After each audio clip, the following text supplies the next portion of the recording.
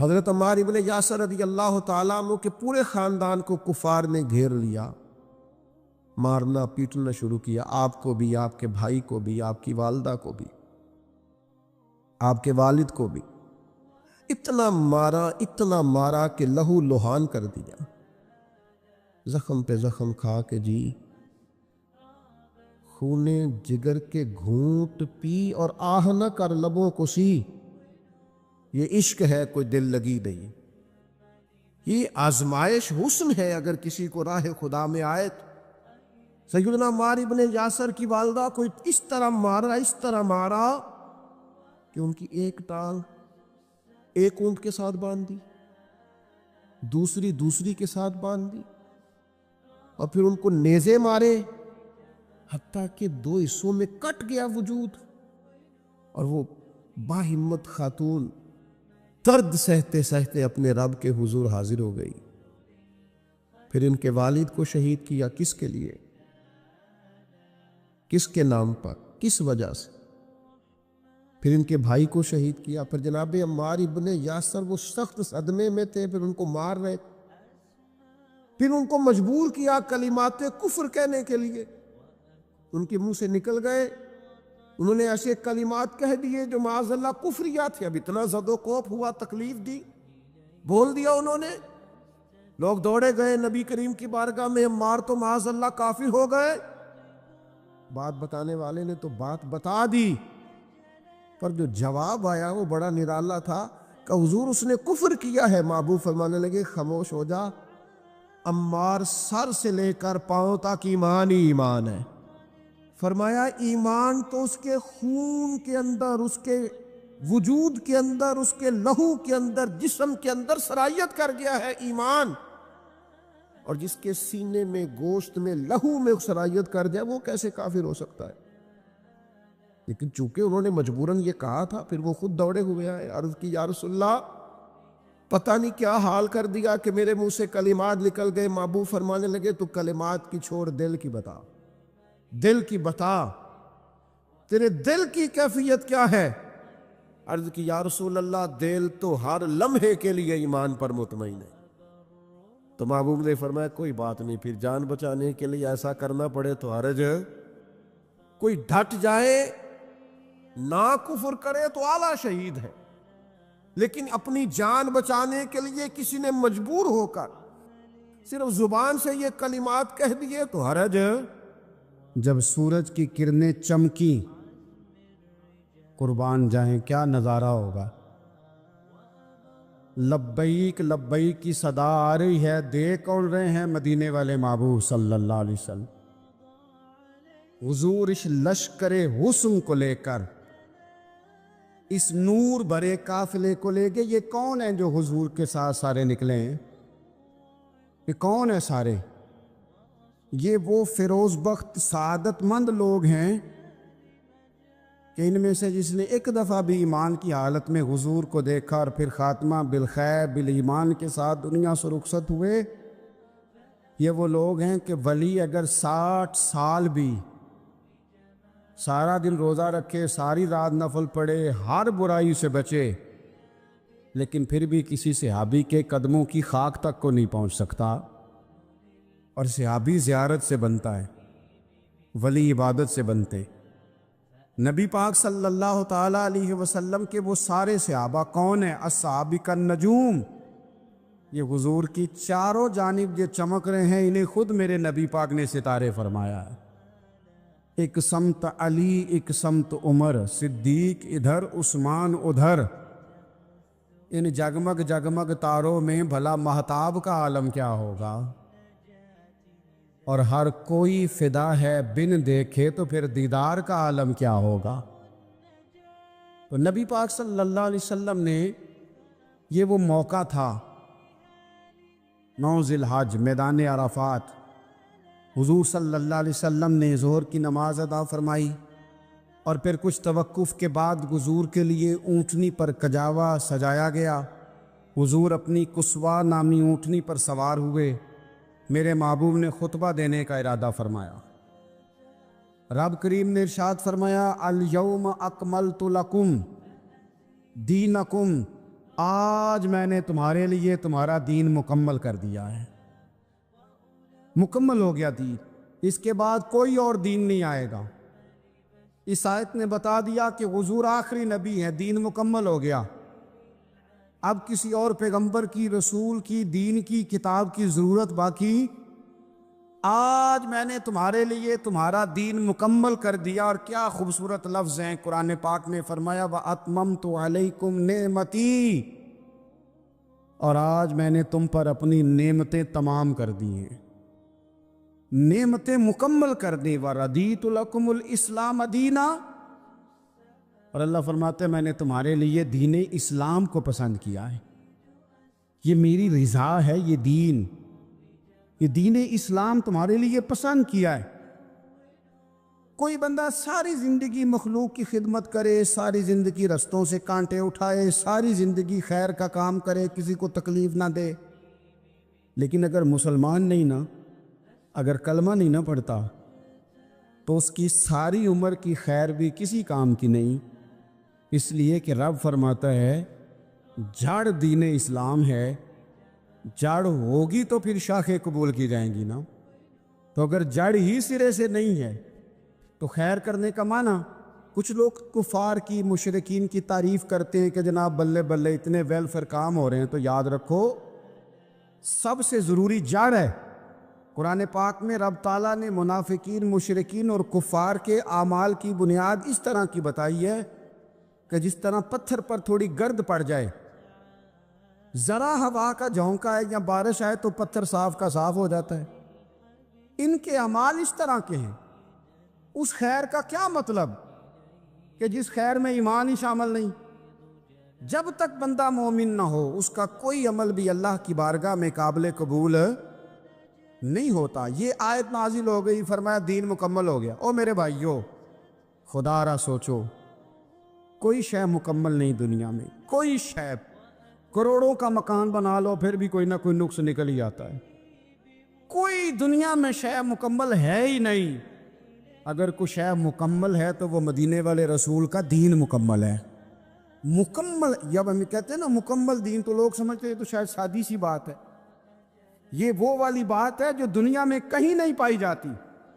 جب یہ آیت نازل ہوئی تھی نا، بخاری میں موجود ہے، ایک بہت بڑا یہودیوں کا عالم حضرت عمر فاروق رضی اللہ تعالیٰ عنہ سے کہنے لگا یہ جو تم پر آیت نازل ہوئی ہے نا کہ دین مکمل ہو گیا، یہ اگر ہم پر نازل ہوتی نا تو جس دن یہ آیت نازل ہوئی ہوتی ہم نے ہر سال اسی دن کو عید بنا لینا تھا کہ دین مکمل ہو گیا۔ الیوم اکملت لکم دینکم، دین مکمل ہو گیا، ہم تو عید بنا لیتے۔ تو حضرت عمر کہنے لگے ہم پر بھی بڑا فضل ہے، جس دن آیت نازل ہوئی تھی عرفہ کا دن بھی تھا اور جمعے کا دن بھی تھا، ایک نہیں دو عیدیں تھیں مسلمانوں کی، دو عیدیں تھیں مسلمانوں کی، دو۔ عزیز بھائی، دین مکمل اللہ نے دیا۔ اور حضرت عبداللہ ابن عباس رضی اللہ تعالیٰ عنہ نے تو ایک مقام پہ اس کا ذکر بھی کر دیا۔ جب ان سے کسی یہودی نے کہا نا یہ آیت ہمیں ملتی تو ہم عید مناتے، تو فرمایا تم ایک مناتے نا، ہماری دو تھیں اس دن۔ جمعہ بھی تو مسلمانوں کی عید کا دن ہے نا۔ بہت سارے لوگ ہیں بیچارے جو کہتے ہیں اسلام میں عیدیں صرف دو ہیں، اور وہ بھی صرف پریشانی انہیں عید میلاد النبی والے دن ہوتی ہے، اس کے آگے پیچھے نہیں ہوتی۔ حالانکہ نبی پاک علیہ السلام نے کہا ہر جمعہ بھی عید ہے، خود حضور نے فرمایا، لیکن وہ اڑ جاتے ہیں کہ نہیں عیدیں صرف دو ہی ہیں۔ بھائی آپ یہ کہہ سکتے ہیں کہ اسلام کی معروف عیدیں دو ہیں، اپنے معنی اور مفہوم کے لحاظ سے جس کو یوم عید کہا جائے وہ عیدیں دو ہیں۔ نبی پاک صلی اللہ تعالیٰ علیہ وسلم نے میدان عرفات میں خطبہ دیا۔ یہ جو واعظ و نصیحت ہے نا، خطبہ، تقریر، یہ دنیا کر رہی ہے، کرتی رہے گی، کرتی چلی آئے گی، اور اس کو میرے نبی پاک علیہ السلام نے پسند فرمایا۔ خیر کی بات کرنے والے کو حضور نے دعا دی۔ محبوب فرمانے لگے اللہ جو میری حدیثیں یاد کر کے آگے پہنچائے اس کے چہرے کو تر و تازہ رکھنا۔ یہ ابلاغ دین بہت بڑی بات ہے اگر کوئی خلوص نیت سے کرے۔ لیکن کائنات ارضی میں وہ جو حضور کا خطبہ حجۃ الوداع ہے، وہ دستور ہے، وہ منشور ہے۔ انسانی حقوق پر اس سے بڑا چارٹر نہ پہلے کبھی تھا نہ قیامت تک دوبارہ بن سکتا ہے۔ اس کو خطبہ حجۃ الوداع کیوں کہتے ہیں؟ ایک تو مطلب یہ کہ حضور نے یہی آخری آج کیا، اور دوسری بات یہ تھی کہ اس خطبے کے تھوڑے ہی عرصے بعد میرے نبی پاک نے وصال ظاہری فرمایا، اور اس خطبے کو رسول پاک صلی اللہ تعالیٰ علیہ وسلم نے شروع کہاں سے فرمایا؟ یہ خطبہ دیکھیں شروع کہاں سے ہو رہا ہے۔ انسان دنیا میں ملتا بھی ہے، جدا بھی ہوتا ہے۔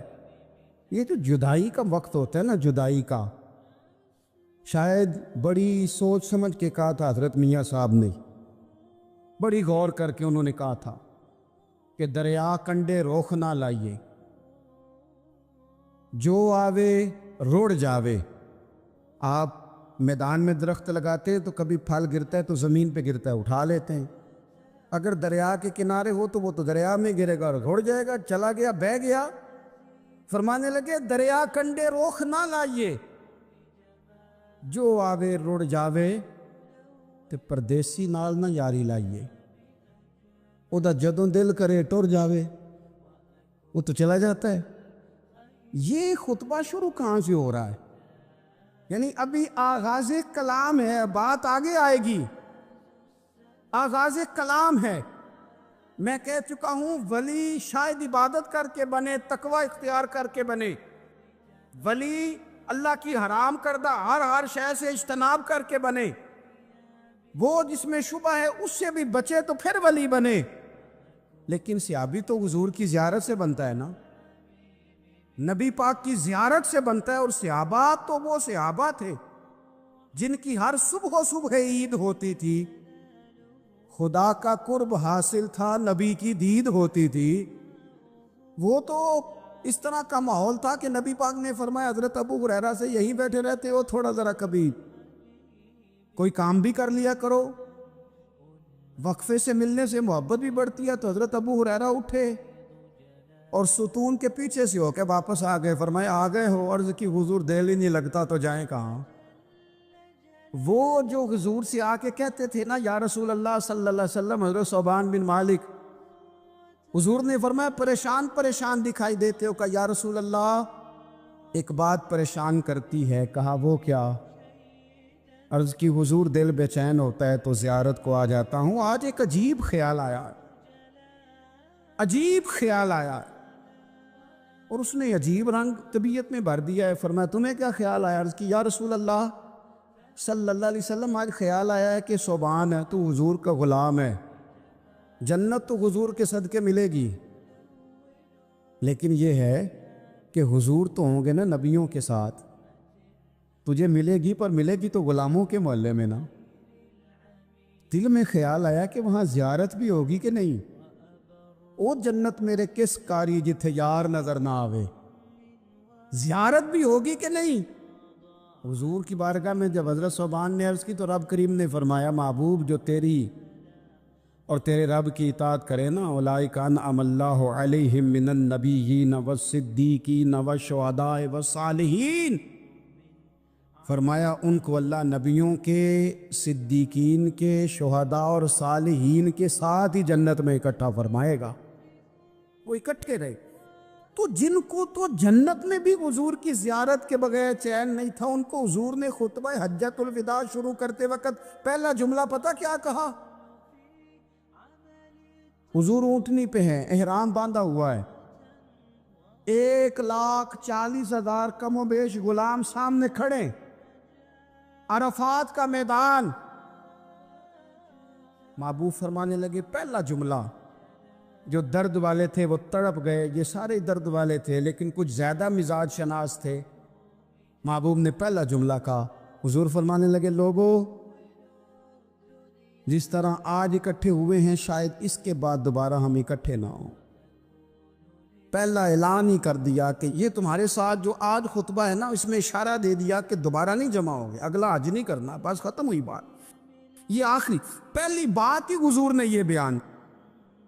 اب وہ اتنے دل نرم ہو گئے حضور کی بات سن کے، آنکھوں میں آنسو اس طرح آ گئے، طبیعت کا ملان اتنا بڑھ گیا کہ ہر ایک کا دل کشکول بن گیا، ہر طرف سے آہیں اور سسکیاں ہیں کہ حضور کے وہ جملے یوں صحابہ لے رہے تھے جب آپ سے کوئی کہہ دے کہ بھائی یہ وقت بس آخری ملاقات کا ہے، تو پھر انہوں نے وہ تو حضور کی ہر بات ہی توجہ سے سنتے تھے، پر یہاں جو انداز بن گیا وہ انوکھا بن گیا۔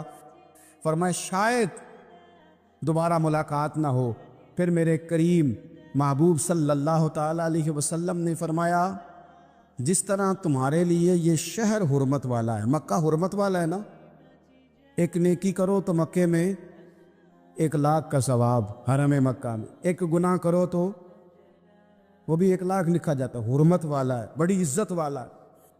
فرمایا جس طرح یہ گھر عزت والا ہے کعبہ، جس طرح یہ شہر عزت والا ہے، فرمایا جس طرح آج کا دن حرمت والا ہے۔ مسلمانوں میں تمہیں بتا کے جا رہا ہوں، تمہیں سمجھا رہا ہوں، اسی طرح میں نے تم سب پر ایک دوسرے کے مال اور عزت کو حرمت والا کر دیا ہے۔ اور صحابہ کو نا حضور نے پہلے یہ سبق پورا، حضور نے پوچھا، یہ بھی ذرا کمال ہے، یہ بخاری مسلم کی حدیث ہے۔ حضور نے صحابہ سے پوچھا 9 ذی الحجہ ہے، جمعے کا دن ہے، ذی الحج کا مہینہ ہے، سب کو پتہ ہے، لیکن نا آپ جمعہ پڑھنے ہیں تو میں آپ سے کہوں کہ آج کون سا دن ہے، تو آپ کہیں گے جناب جمعہ ہے، عجیب آدمی ہے جمعہ پڑھا رہے ہو۔ لیکن جو صحابہ کا انداز ہے وہ اور ہے۔ حضور نے پوچھا آج یہ کون سا مہینہ ہے؟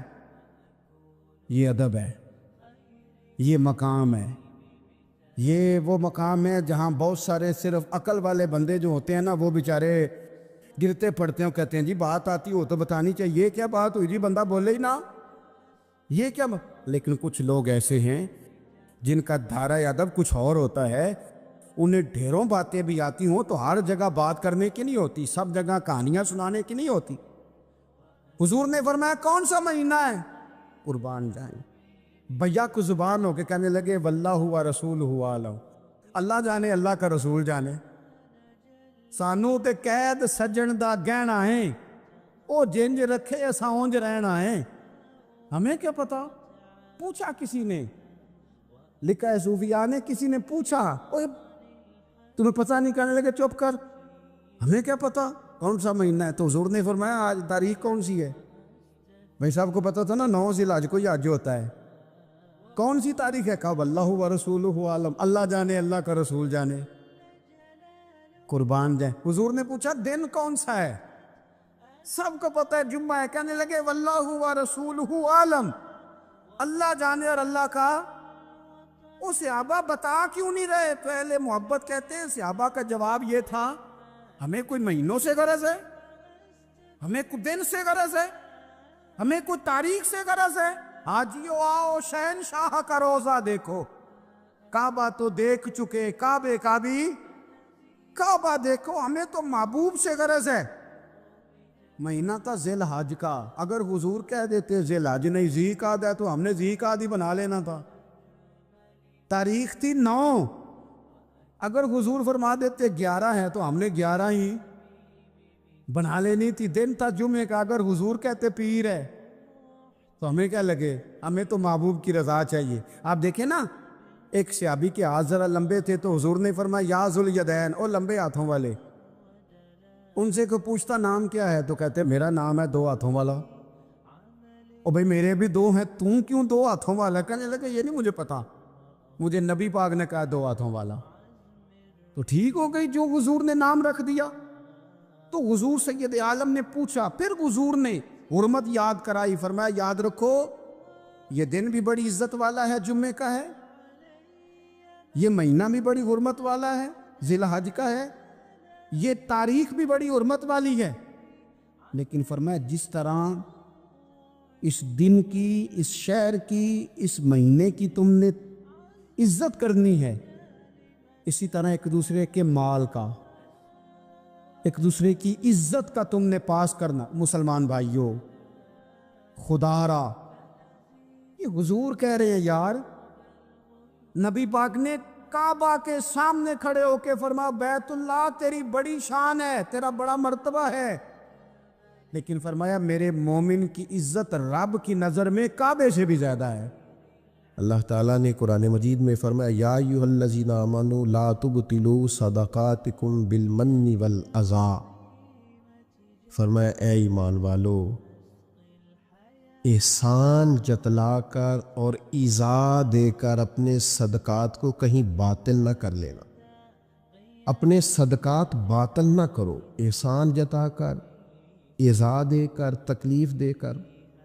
لوگ جب کسی غریب آدمی کو کچھ دینے کے بعد احسان جتلا رہے ہوتے ہیں اور اس پر اپنی نیکیاں گنوا رہے ہوتے ہیں اور وہ بغیر کسی ٹھہراؤ کے بولتے چلے جاتے ہیں، تو آپ اندازہ کر سکتے ہیں کہ اس مجبور، تنگ دست اور غریب آدمی پر کیا گزرتی ہے۔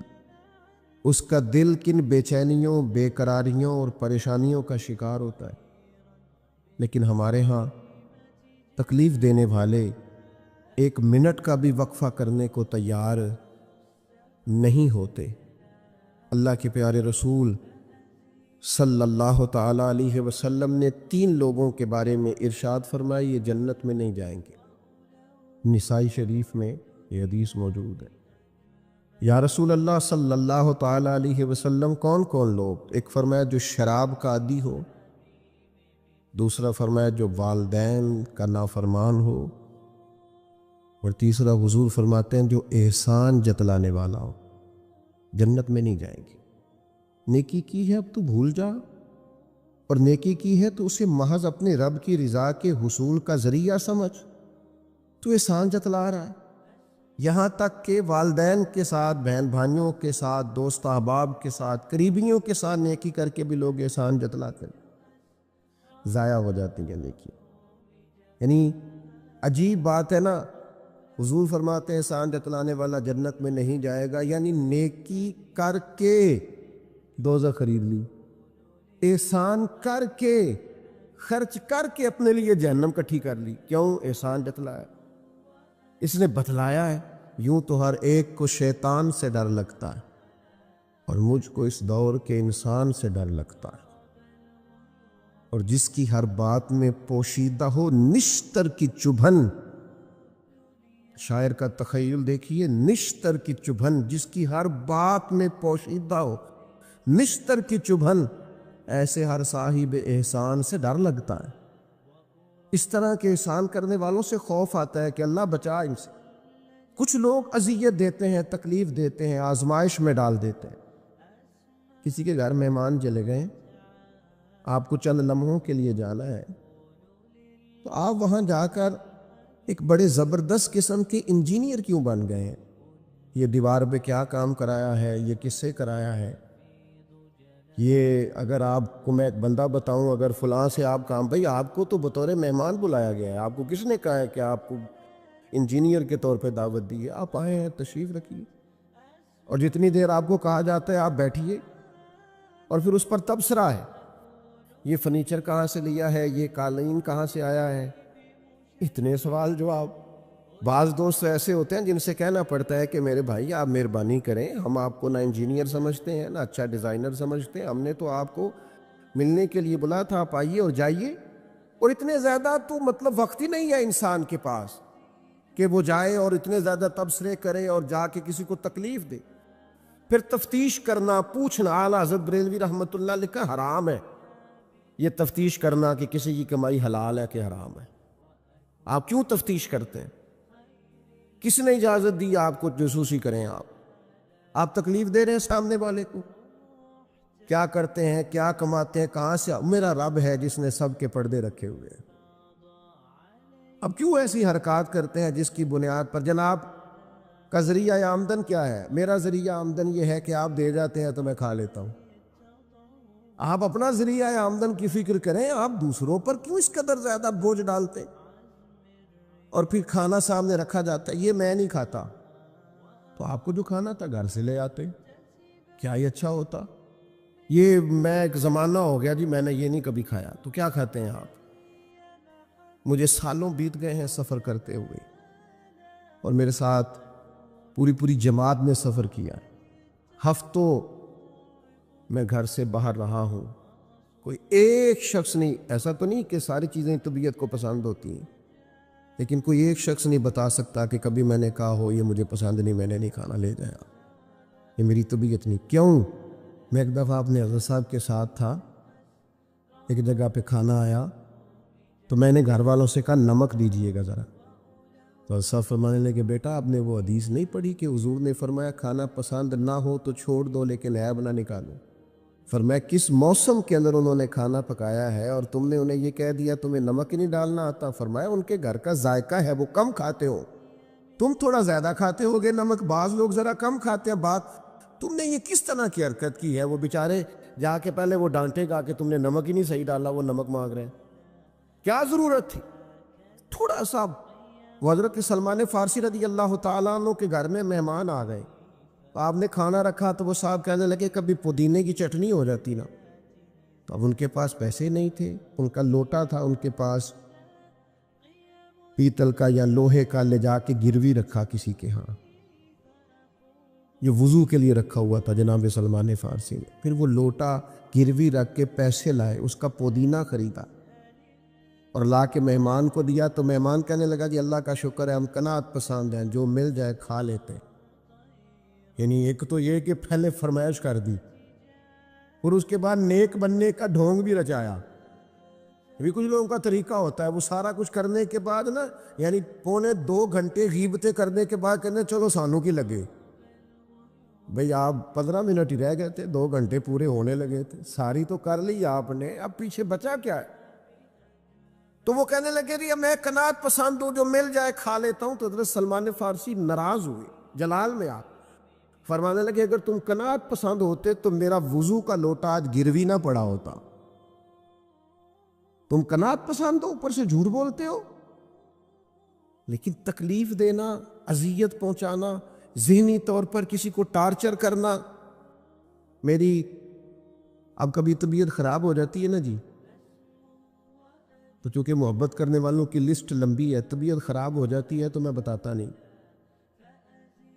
کتنے کتنے دن خبر نہیں ہوتی، میری خواہش ہوتی ہے۔ پچھلے دنوں بھی ایک پورا دن ہاسپٹل میں گزارنا پڑا، میں نے بتایا نہیں، افواہ تھی کہ میری طبیعت خراب ہے، لوگوں نے پوچھ پوچھ کر بیمار کر دیا، نئے سرے سے بتانا پڑتا ہویا کی سی۔ اور پھر کچھ تو اتنے خاص محبت کرنے والے ہوتے ہیں کہ انہیں پوری ڈیٹیل چاہیے ہوتی ہے پس منظر سمیت۔ آپ حضور علیہ الصلوۃ والسلام نے فرمایا بہترین عیادت وہ ہے جو جلدی ہو، نہیں تھوڑی دیر کے لیے مریض کے پاس جائے، یہ بہقی میں حدیث موجود ہے، بہترین عیادت، بہترین تیمارداری وہ ہے جو جلدی ہو، فٹافٹ آپ آئیں، تھوڑی دیر بیٹھے اور چلے جائیں۔ اتنی تفصیلات، پھر 7 نسخہ جات، پھر یا کچھ لوگ تو ایسے ہوتے ہیں جو اتنا ڈرا جاتے ہیں بیمار آدمی کو کہ وہ جلدی فوت ہونے والا ہو جاتا ہے، اس کہتے ہیں فلانے کو بھی یہ مرض تھا بیچارہ، 4 بچے فوت ہو گیا۔ آپ کو تو کہا تھا تسلی دیتے، مریض سے دعا کراتے، پھر ضد کریں گے، اصرار کریں گے، یہ کھا لیں، کھائیں گے تو اٹھیں گے، تھوڑا سا تو لیں۔ اللہ کے بندے، نبی کریم علیہ السلام نے فرمایا بیمار سے ضد نہ کرو، اسی اللہ کھلا پلا دیا کرتا ہے۔ تم ضد کر رہے ہو، اصرار کر رہے ہو، تکلیف دے رہے ہو، اذیت پہنچائی جاتی ہے۔ بڑے درویش آدمی تھے حضرت سری سختی، کبھی کسی سے سخت جملہ نہیں کہا۔ آپ بیمار تھے، ایک صاحب تیمارداری کرنے آ گئے، تو آپ کا خیال تھا کہ وہ ہو گئی تیمارداری، وہ جائیں۔ کئی لوگ ان کے بعد آئے چلے گئے، لیکن بیٹھے ہوئے ہیں، جا ہی نہیں رہے۔ تو حضرت سری سختی رحمۃ اللہ تعالیٰ علیہ، اب بعض دفعہ مروت ایسی ہوتی ہے کہ بندہ اپنی زبان سے معزز آدمی کہہ نہیں پاتا، لیکن وہ چونکہ تکلیف میں تھے، سردی کا موسم تھا تو دروازہ کھلا رہ گیا، تو وہ صاحب کہنے لگے حضور دروازہ بند کر دوں، ٹھنڈ آ رہی ہے؟ تو فرمانے لگے کر دیجئے، لیکن اگر کبھی باہر سے کر دینا تو ذرا زیادہ بہتر ہو جائے۔ معنی یہ تھا کہ آپ تشریف لے جائیں، چلے جائیں نہیں کہتے بزرگ۔ آپ کچھ لوگ ایسے ہوتے ہیں انہیں رخصت بھی ذرا اعزاز کے ساتھ کرنا پڑتا ہے، آپ تشریف لے جائیں اور دروازہ باہر سے بند کر دیں تاکہ ہوا بھی نہ آئے اور آپ جیسا کوئی پکا مہمان دوبارہ بھی نہ آئے۔ تشریف لے جائیں، تکلیف نہیں دیں، اذیت نہ دیں کسی شخص کو کسی بھی طرح سے پریشان۔ ایک ہمارے ہاں اور بڑا مسئلہ ہے، میں تو مذاق کر رہا تھا۔ مذاق کیا ہوتا ہے؟ مذاق تو جاہلوں کا کام ہے۔ کہ موسیٰ علیہ السلام کی قوم نے کہا کہ ایک شخص کا انتقال ہو گیا ہے تو ہمیں بتایا جائے کس نے قتل کیا ہے، تو جناب موسیٰ علیہ السلام نے فرمایا گائے ذبح کرو۔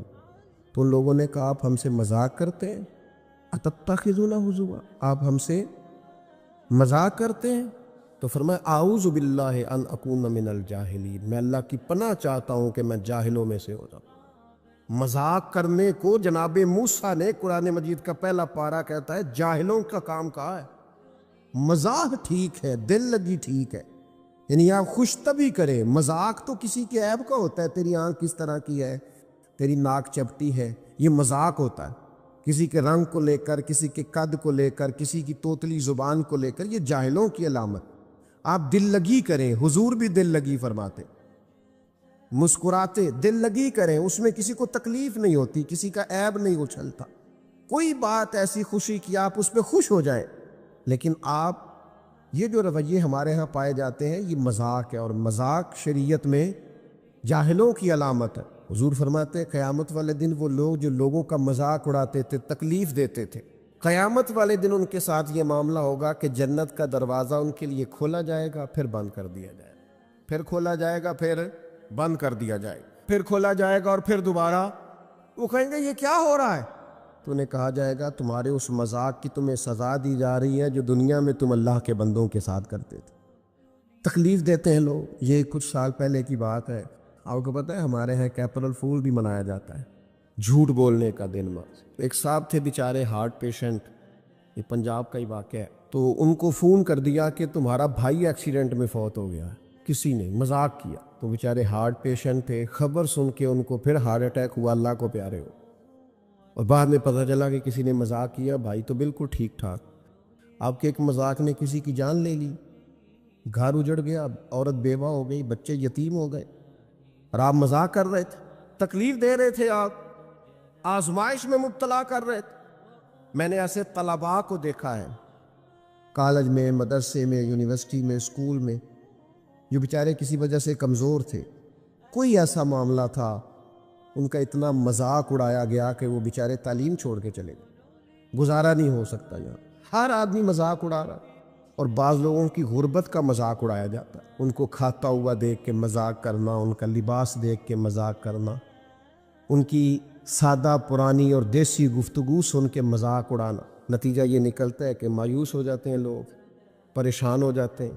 ایسا نہیں کرے، یہ تکلیف نہ دے کسی مسلمان، اذیت میں مبتلا نہ کرے، ذہنی طور پر ٹارچر نہ کرے، آپ کوئی ایسا کام نہ کرے جس سے بار بار آزمائش ہو۔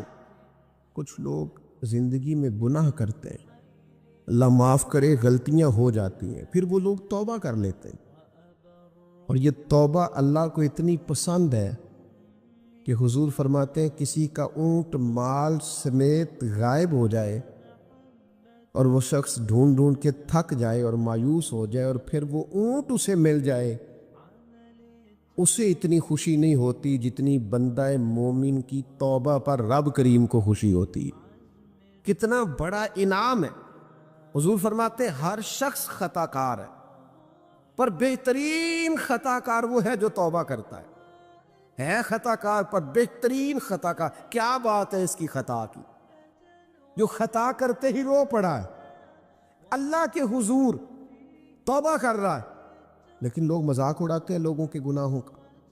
وہ توبہ کر چکے ہیں، وہ چھوڑ چکے ہیں، وہ اس راہ سے ہٹ چکے، لیکن مذاق کرنا، مذاق اڑانا، تکلیف دینا، اذیت میں مبتلا کرنا۔